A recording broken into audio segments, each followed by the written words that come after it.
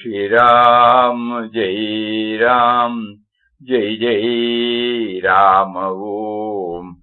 Shri Ram, Jai Ram, Jai Jai Ram Om.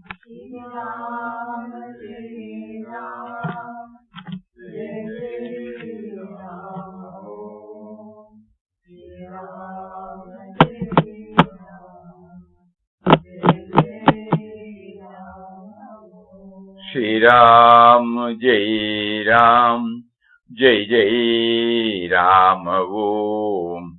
Shri Ram, Jai Ram, Jai Jai Ram Om.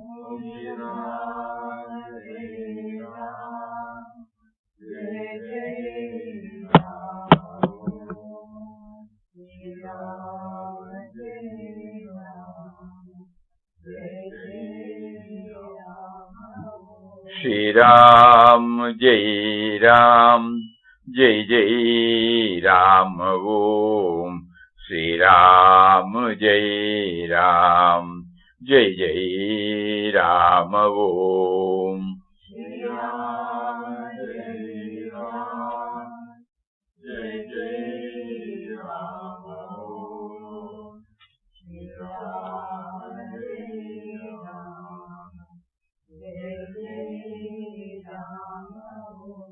Shri Ram, Jai Ram, Jai Jai Ram Om.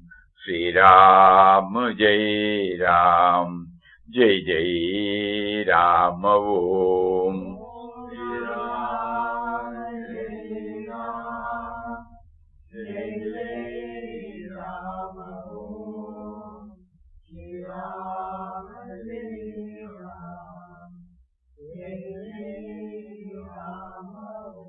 Shri Ram, Jai Ram, Jai Jai Ram Om.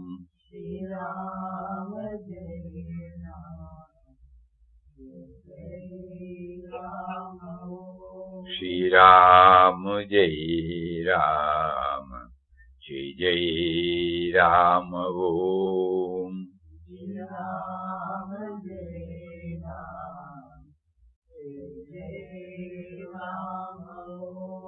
Shri Ram, Jai Ram, Jai Jai Ram Om. Shri Ram, Jai Ram, Jai Jai Ram Om.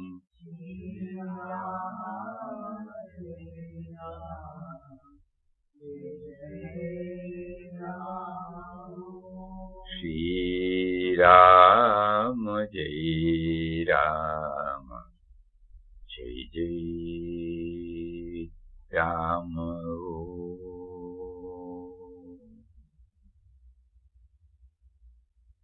Om Shri Ram, Jai Ram, Jai Jai Ram. Hari Om to everybody.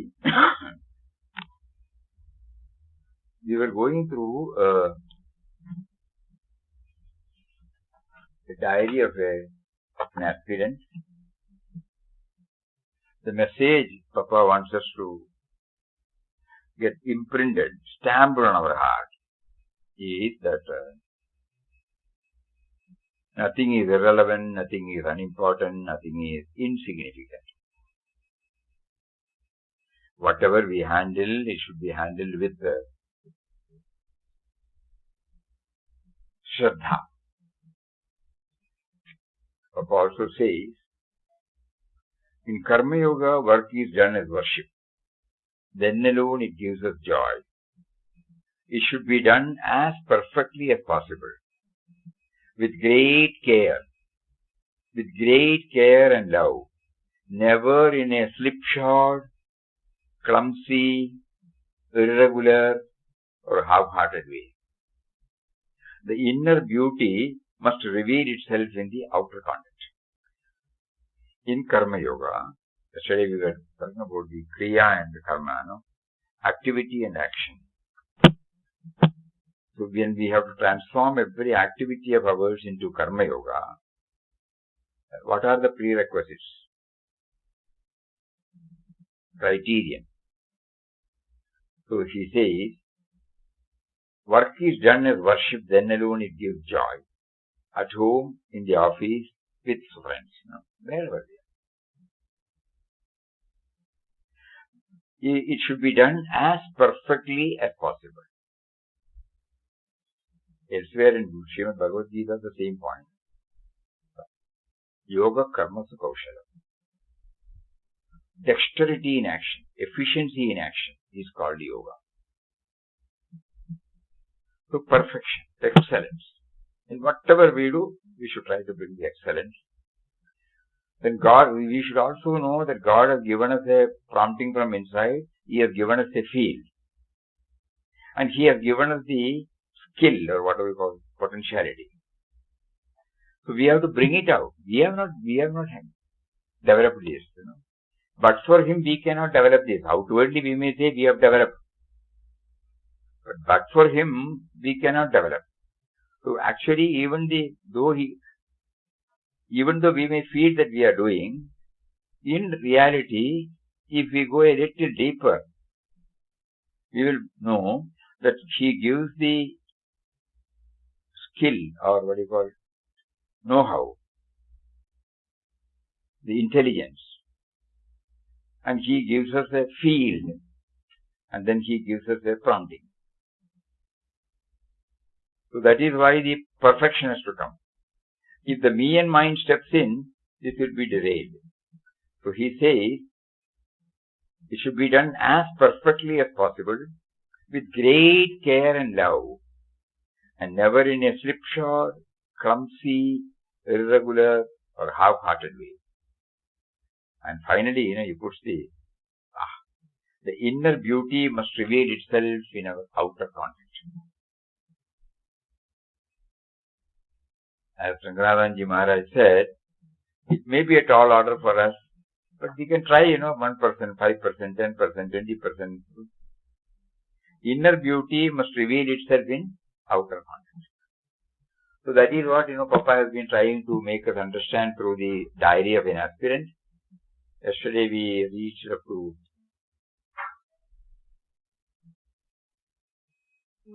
he wanted us to cook. He wanted the devotee to cook and eat.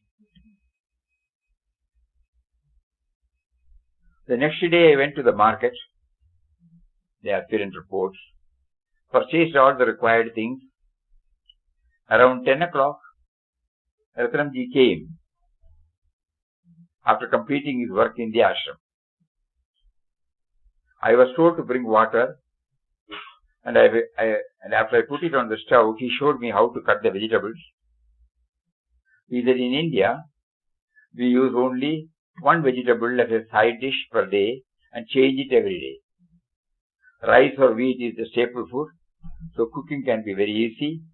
Just cook the rice in one pot, then put some lentils in another pot, and after boiling them until they are soft, throw in the vegetables and spices and salt. If you like, purchase some milk or make it into yogurt to be mixed with the food. For variety, you can change the vegetable every day. This being very minimal may not be the way family people cook, but for us it will be enough. If you want to simplify the mind, you must simplify everything about your external life. Too many dishes, Beautiful. So if you want to simplify the mind, we will again read, because this aspirant, he was from US. So he has to get accustomed to Indian way of cooking, Indian way of living. So this Ratnamji was giving him practical clues. So next day I went to the market, purchased all the required things. Around 10 o'clock, Ratnamji came after completing his work in the ashram. I was told to bring water, and after I put it on the stove, he showed me how to cut vegetables. He said, in India, we use only one vegetable as a side dish per day and change it every day. Rice or wheat is the staple food, so cooking can be very easy. Just cook the rice in one pot, then put some lentils in another pot, and after boiling them until they are soft, throw the vegetables and add spices and salt. If you like, purchase some milk and make it into yogurt to be mixed with the food. For variety, you can change the vegetable every day. This being very minimal may not be the way family people cook, but for us it will be enough. If you want to simplify the mind, you must simplify everything about your external life. This may be boring for ordinary people, but it is minute by minute adventure for an aspirant to see how far he can reduce the flow of thoughts. Why are you cutting the vegetables so slowly? If you do like that, it will be tomorrow by the time we get lunch ready, he exclaimed. I felt that I was cutting quite quickly and told him so. He took the knife from my hand, finished the work in half the time that it would have taken me to do it. And he said, one can be careful and at the same time be quick. In the name of carefulness, one should not be a slow poke. Serenity and dullness look the same from the outside to a superficial observer. You must understand the difference between the two and throw slowness away. A devotee must be quick, efficient, and at the same time he should not lose his peace of mind. He should be able to turn out as much or more work as others, but not feel any mental fatigue. I remember one day when I was massaging Maharshi's knee points with some medicated oil. He had severe rheumatism and required daily massaging. As I was rubbing his knees, I started to huff and puff. He told me to stop, because you are identifying with the work so much, your life breath is getting agitated. When you do work, don't let your mind get attached to it. Try to remain mentally aloof, as a witness, calm, cool within, even though working like a madman without. Because you are identifying with the work so much, your life breath is getting agitated. When you do work, don't let your mind get attached to it. Try to remain mentally aloof as a witness, calm and cool within, even though working like a madman without. I tried it, and now I am able to do any amount of work without mental fatigue or increase of thoughts. If I sit for meditation, my mind immediately sinks to the bottom and gets merged in its source. If we work with attachment and agitation, it becomes impossible to meditate for many hours afterwards until the momentum of the thought wave slows down. Again, Papa's inspiring quotation wells up in our heart. Outer activity should be compatible with inner aspiration. All our outer activity should be compatible with inner aspiration. As an ideal, we will keep it. As much as possible, we will try. Though you may not be detached now, at least repeat the divine name while working. Gradually, even though you are working, your mind will cling to the name instead of the work, and your peace will not be disturbed. He called me over to his side, and pointing at the pot of boiling vegetable pieces, he said, see, because of the heat, the vegetable pieces are jumping and dancing. If I remove the pot, everything will be quiet. The mind is like that. By doing work with attachment, you get your mind heated up and your thoughts start to jump and dance. No heat, no dancing.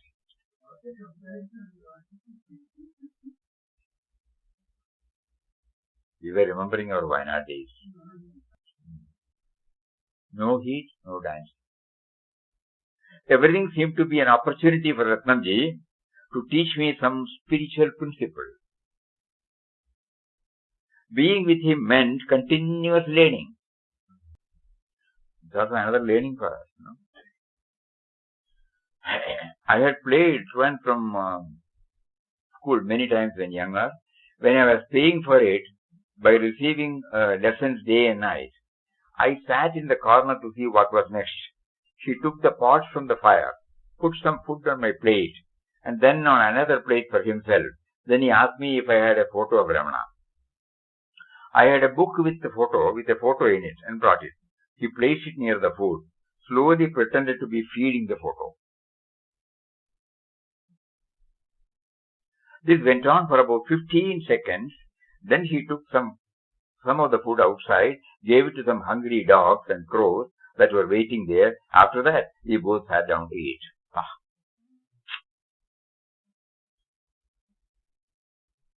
What was all that? I asked him. He said, we are looking upon Ramana as our Guru and God. By feeding him first, the food will become holy and will help us to conquer our minds. Most Westerners do not like the idea of worshipping a man as God, or for that matter, ascribing any kind of form to the formless one. This probably has come from the teaching of the Old Testament that God should not be worshipped in any form, that he has a personality but no form. In the Vedic religion, God in his absolute aspect has neither form nor personality. He is pure being, best expressed in the words, I am that I am.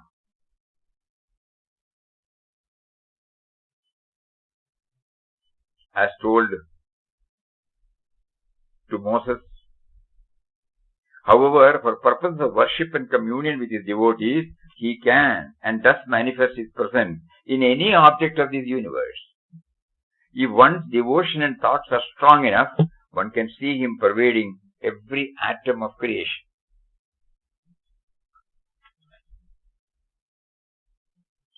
As the thinker pervades his thoughts, God pervades this universe, which is nothing but a product of his will or thought. If we want to see God within and merge our mind into him, thereby attaining divine bliss, we need to concentrate and make the mind subtle. How does one concentrate on a formless sky-like being? Our mind is continuously occupied with forms and sounds. We must choose one form and try to see God in it. Gradually, concentration will be achieved and we will be able to see him in everything as the all-pervading essence. That is why I first offered the food to God in the form of our Guru, and then in the form of some hungry animals. We will get a feeling of sympathy and oneness with other beings, which will eventually expand our ordinary vision to the universal vision of God in all. Do you understand? Here we find every activity, Normally, it goes by itself. We are not even aware of it when we are plunged into it. But here we find every activity is transformed into Karma Yoga.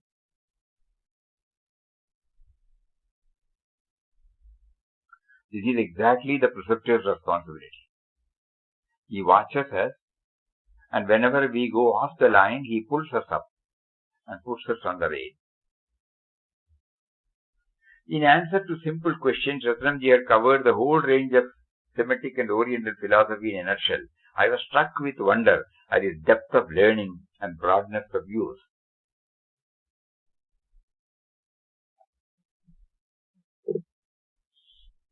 It was all there in Indian tradition, village area.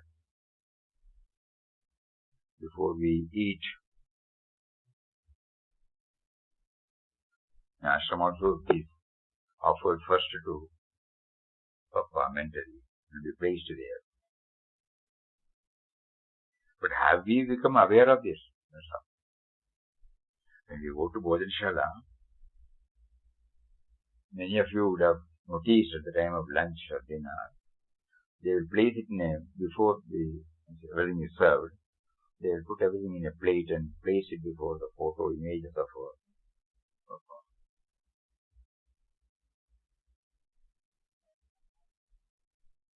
Then only it becomes a prasad for us.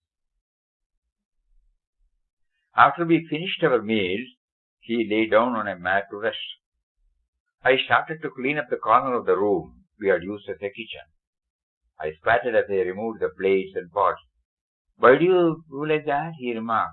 If you stand up and bend at the waist to do the work on the ground, you will stretch your leg muscles and make your nerves stronger, which in turn will remove the dullness of your nervous system. If dullness and restlessness are both removed, meditation will flow faster, flow easier. See, everywhere he connects up, the activity of the mind. Outer activity should be compatible with inner aspiration. Meticulous. I did as he said and went out to clean the pots. I took some soap powder and started to scrub the pots standing, of course, and bending at the waist.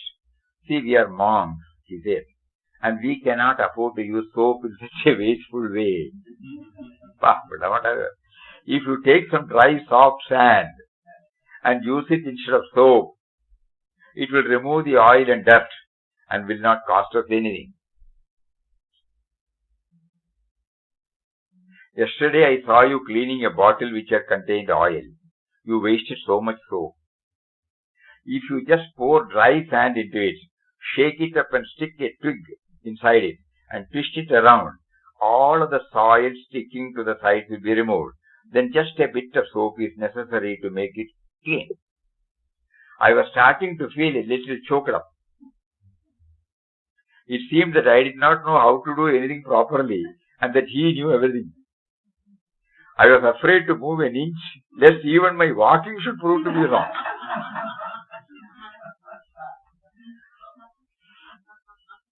Superb, huh? I finished washing the utensils and put them on the shelf. He looked to see if I had put them with the mouth facing down. Out loud. Fortunately, I had that much common sense.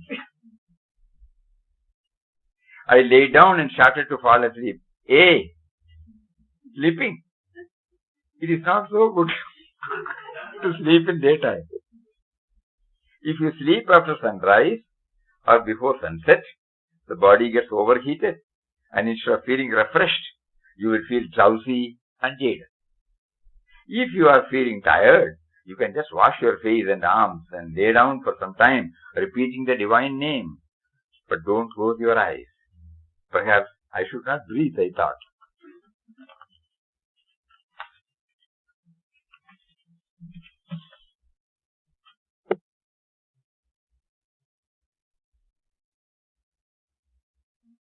So you just to remind us whether something is remaining in our mind.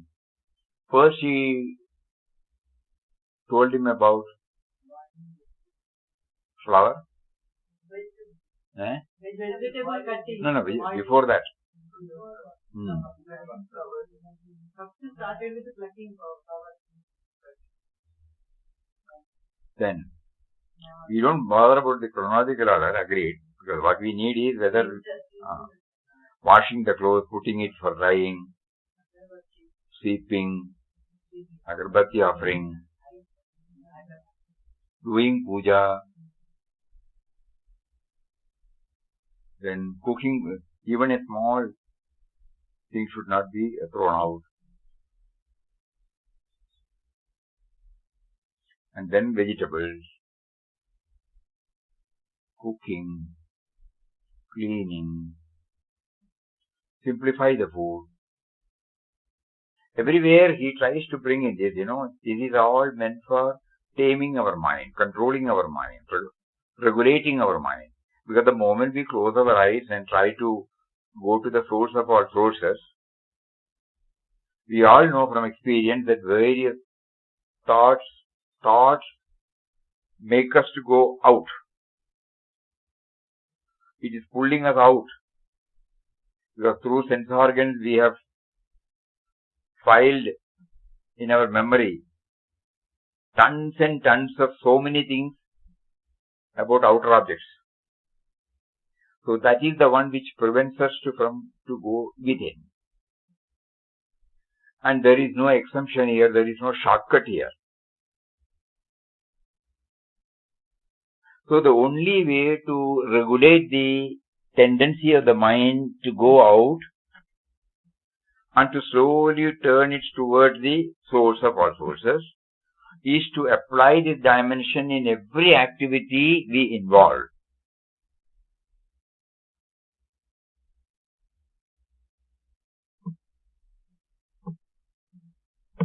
Nobody will be able to sit and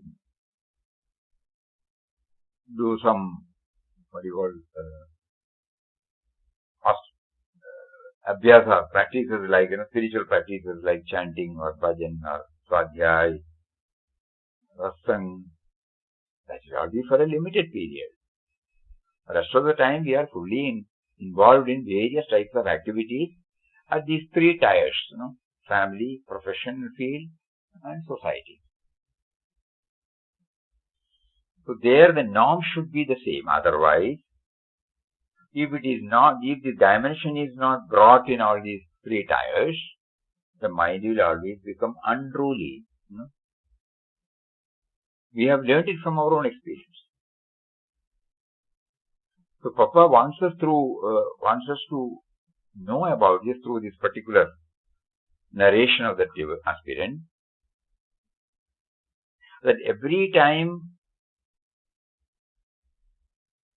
when the mind gets involved in any activity, we should not lose sight of the thought that it should enable me to go inward. So that means the level of concentration must go up. Ultimately, in our inward journey, if the level of concentration is not up and up, always the mind will take us unawares. We may not even know that the mind has taken us out.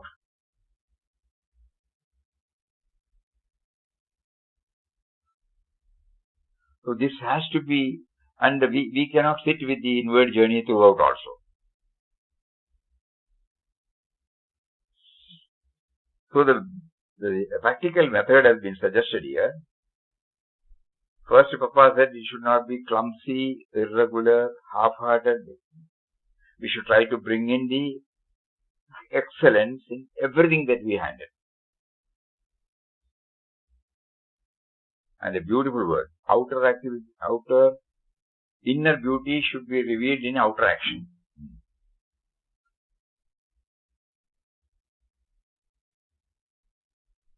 Then he made us to go through this content of the diary, which is full of practical clues for controlling the mind or disciplining the mind or taming the mind or molding the mind to take to inward journey. When our mind is tuned to get riveted in concentration in everything that we do, with the same mind when we sit and try to go to the source of all sources, we have been told it will become easier. This is a wonderful, wonderful way of it. This is all there in Srimad Bhagavad Gita, but not in the way in which we can understand easily. Here he has called out the example from an ordinary man's standpoint.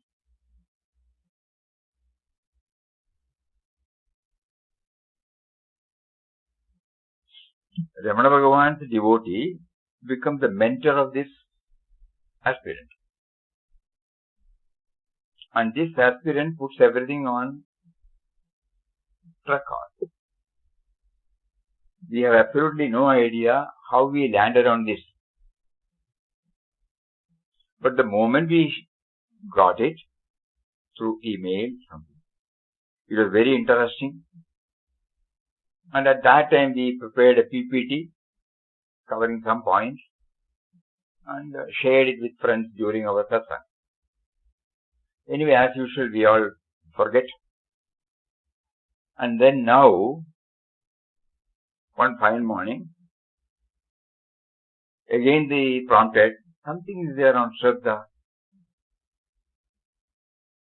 We were able to dig it out from the PPT files. Then our Shraddha helped us to locate this and then gave us a printout.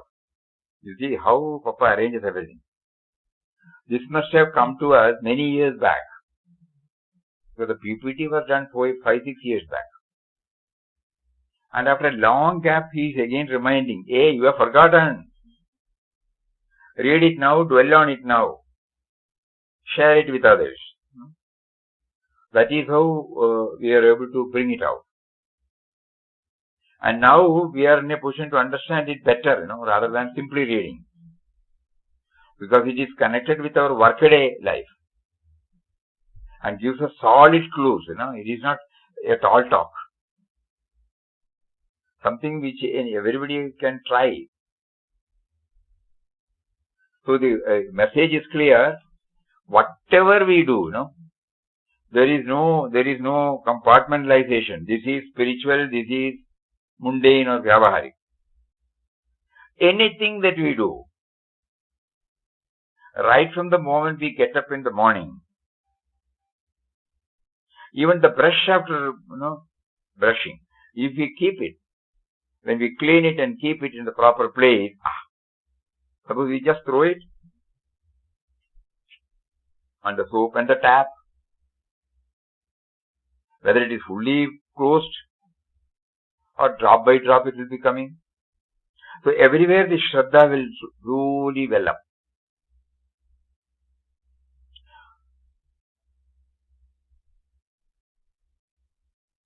We should know that this Rafa Nanji is watching us. Whatever we do, Rafa Nanji is there in the corner and watching us. Hey, what are you doing? As if, suppose we do something, without applying wholly on it. And then, when we are doing it, there is every likelihood that we may overdo. In the sense, we get attached to it. So, Bhagavan's word also comes here now. You work efficiently, whole-souled, but be detached. It may be a toughest suggestion. To him it was possible. For us it may be the toughest uphill task, but we should strive because it comes from a Mahatma. What did he say? He said we don't get attached, no?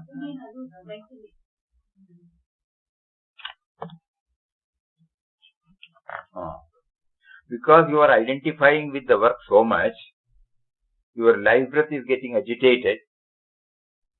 When you do work, don't let your mind get attached to it. Try how to do that. When we are asked to do it perfectly, this is a practical problem. We will ensure that perfection is there in everything that we do, so the mind is likely to get attached. Here we are warned. Try to remain mentally aloof as a witness, calm and cool within, even though working like a madman outside. So here comes the relevance of Ram-Nam chanting while we do. Ram-Nam chanting should enable us to keep up that witness consciousness, and at the same time we are training our mind and the sense organs to work efficiently. This is something on which everyone has to try and evolve. How to sift between activity and this attachment. It's the toughest job. Because we want to do it perfectly. That means household involvement will be there. Every likelihood that we may get attached to it. So some device we have to evolve by which the witness consciousness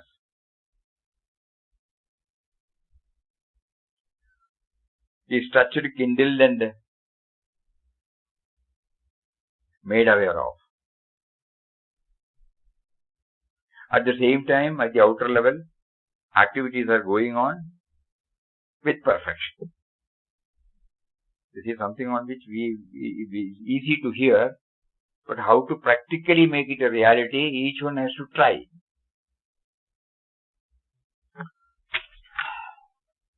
Balance, we will cover it tomorrow. Very, very interesting. Spirituality in workaday life.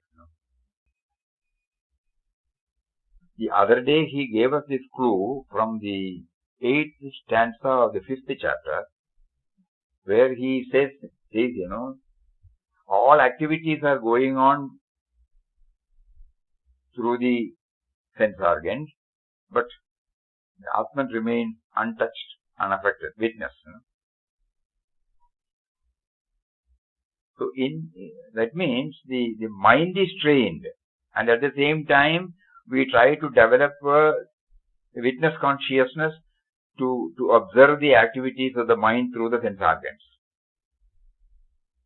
Please think over. This is something very, very, very deep. Parvati Sakshibulam.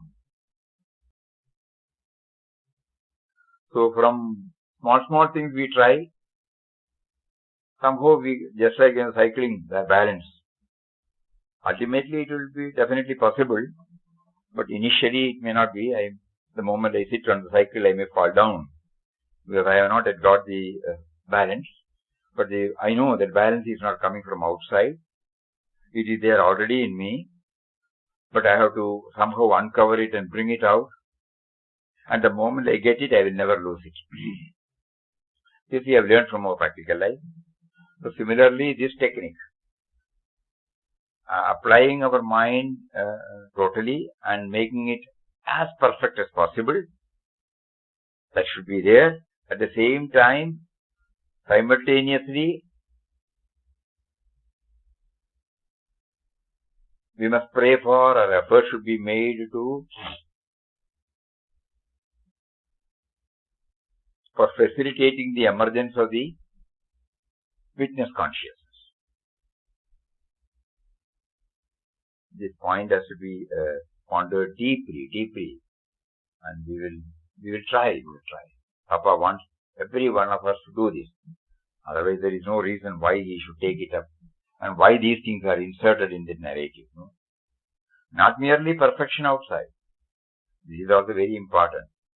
This will only enable us to take to effective inward journey. Otherwise, you may be closing and chanting, but mind may be going here and there. The real purpose of going to the source of all sources, where from the sound emanates, who is now chanting, who is knowing that who is chanting, all these, inward journey, the churning, inner churning. If that has to be a reality, these things should be practiced. First, outside perfection, inwardly trying to remain in the witness consciousness. Wonderful message for us today. Hari Om. Om Shri Ram Jai Ram, Jai Jai Ram. Om Shri Ram Jai Ram, Jai Jai Ram. Om.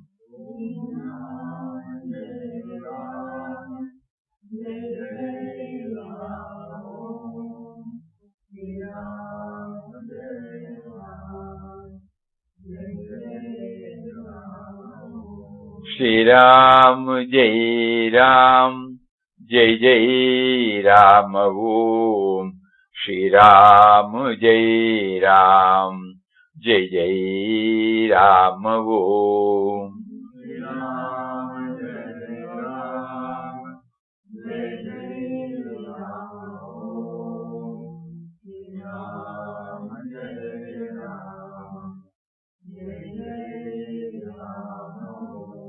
Shri Ram Jai Ram, Jai Jai Ram Om.